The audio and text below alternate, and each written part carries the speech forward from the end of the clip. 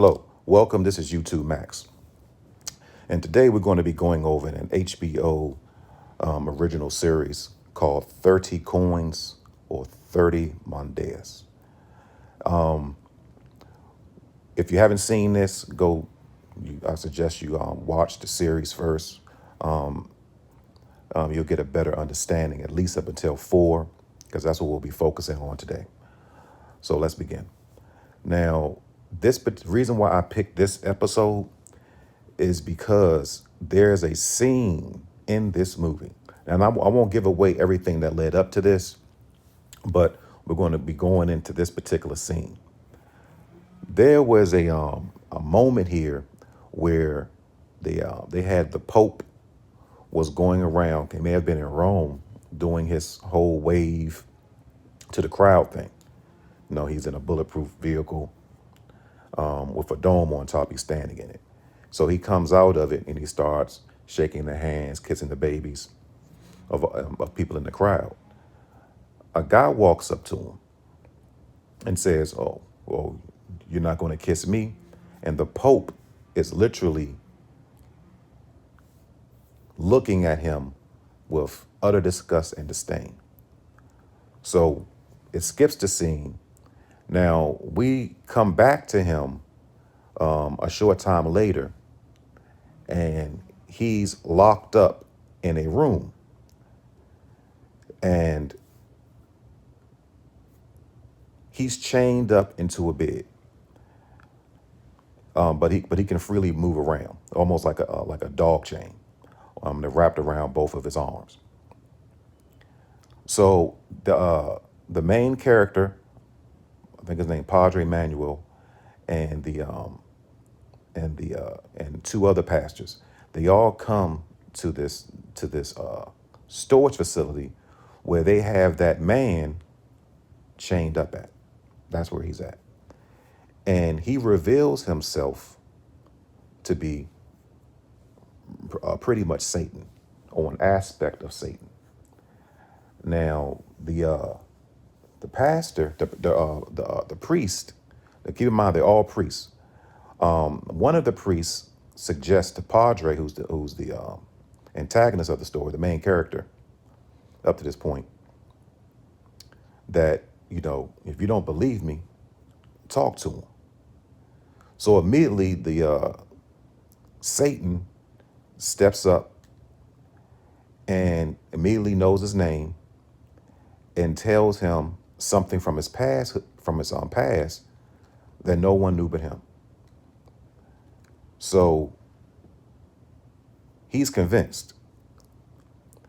And in the midst of this, there was another priest there who challenged Satan, said, "If you're so powerful, why don't you come out of these chains? If you're so powerful, why don't you burn me with flames out of your mouth?" He challenged him. The other priests warned him he should stop. Satan asked him, "Is that what you really want me to do?" That's a classic one. That's one of my all-time favorites. Literally blew a flame out of his mouth and set him on fire. Literally shot a flame out of his mouth and set him on fire. Now, keep in mind, the whole time, the Satan character is just sitting there as calm as he can be, smoking on a cigarette. A Newport at that. The other priests are sitting in there trying to put the flames out on their fellow brother there being burned up. And Satan says, "Let's not let this interrupt our conversation." And Satan in this dropped some serious gems. Now, before I get into this, I have to say this first, and I'll make this brief.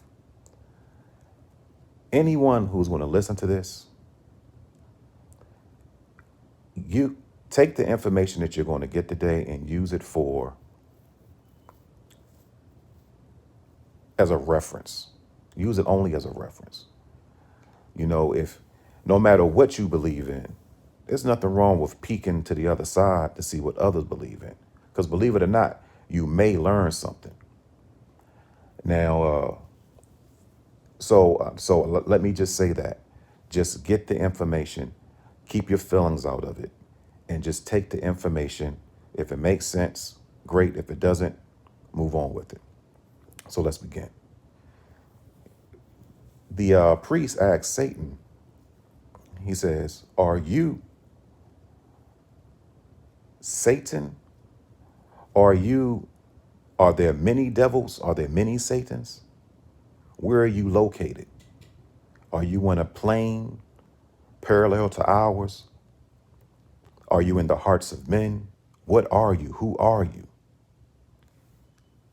He asked him straight up questions.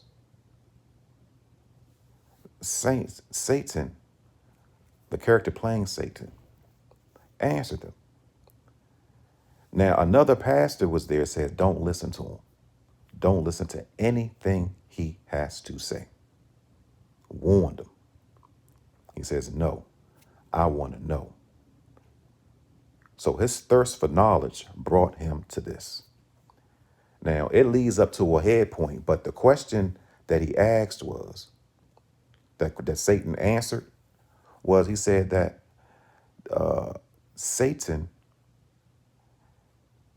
is an aspect of God, essentially. Now, he said some more things. You're going to have to watch the show to get everything that he said. But in a nutshell, he said that God, good and evil, are all aspects of God. And that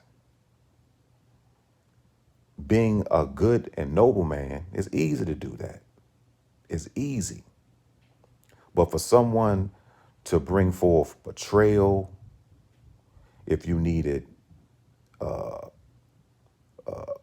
deceit or or or anything negative, those require more intricacies. There's more detail in it.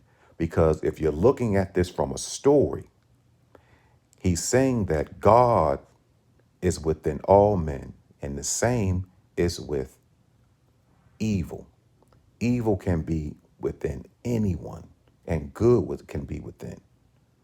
So you have different people playing out different parts of the story. He says God is the main.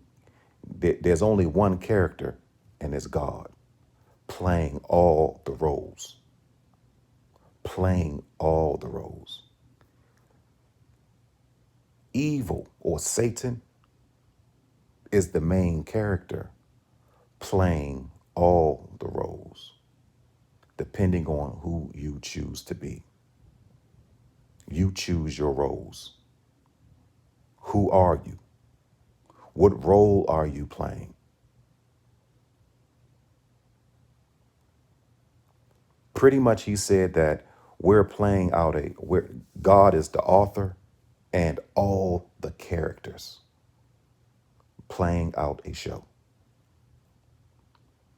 Playing out a show. Now, now if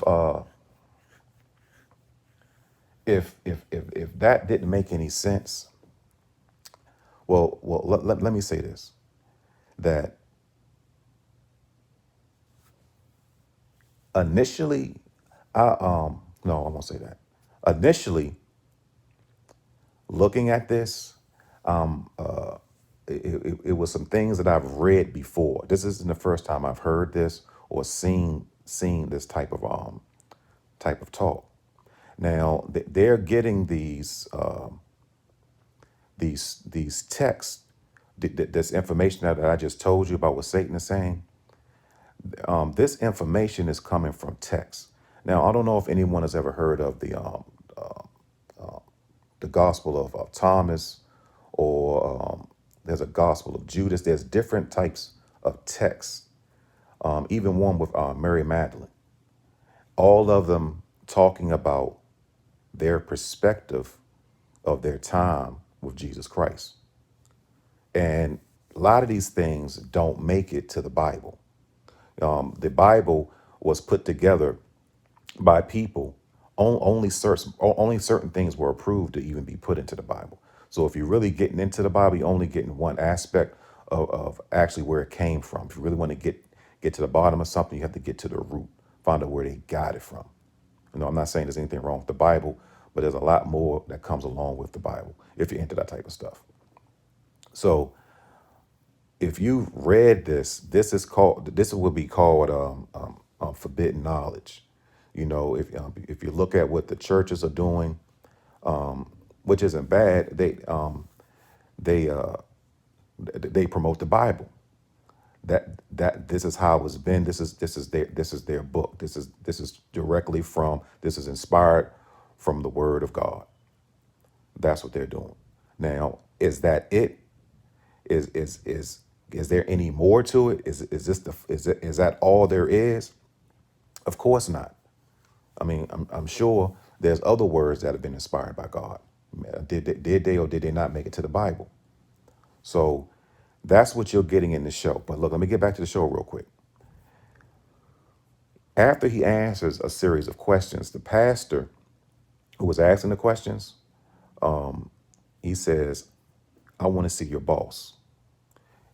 I want to see your boss. Now, keep in mind that he was talking to Satan. But what he revealed to him was that he was actually a uh, a a representation of Satan, only to handle one aspect of Satan. So, what he was saying that keep this in mind, in the show, his name is Angel. His name is Angel. That's his name. His real name is oh, it's a really good one too. I think it's Quasimo Massimo. Now, he's an Italian actor. Now, listen to this. His name literally translates to master organizer. Yeah, go figure. I thought that was an interesting fact. But he's actually playing Satan, or the angel of Satan.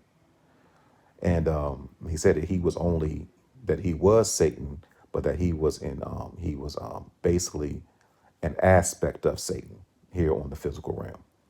So the pastor says, I want to see your boss. So essentially, he said, I want to see God. And the other pastors are saying, no, don't do it. Don't do it.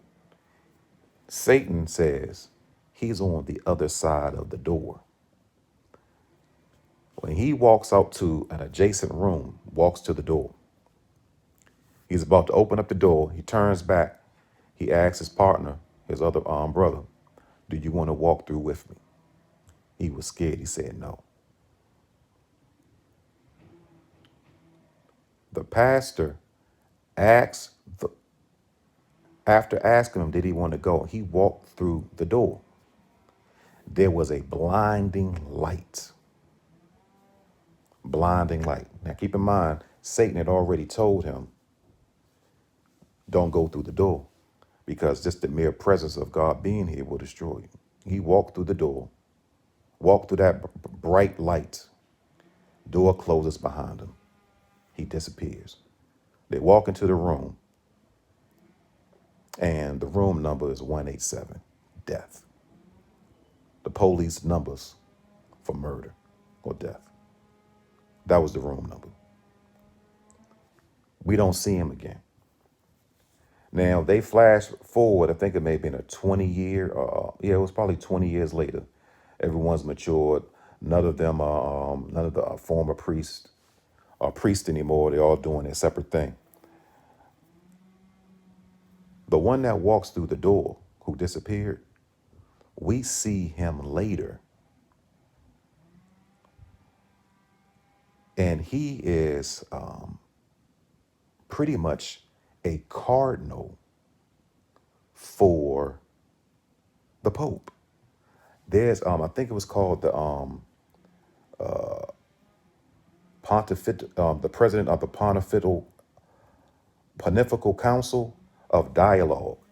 Now, if you look that up, I know I broke that up, but if you get a chance, they're a group of they work directly with the Pope, right underneath the Pope, and they do information exchanges. They represent dialogue amongst other religious groups.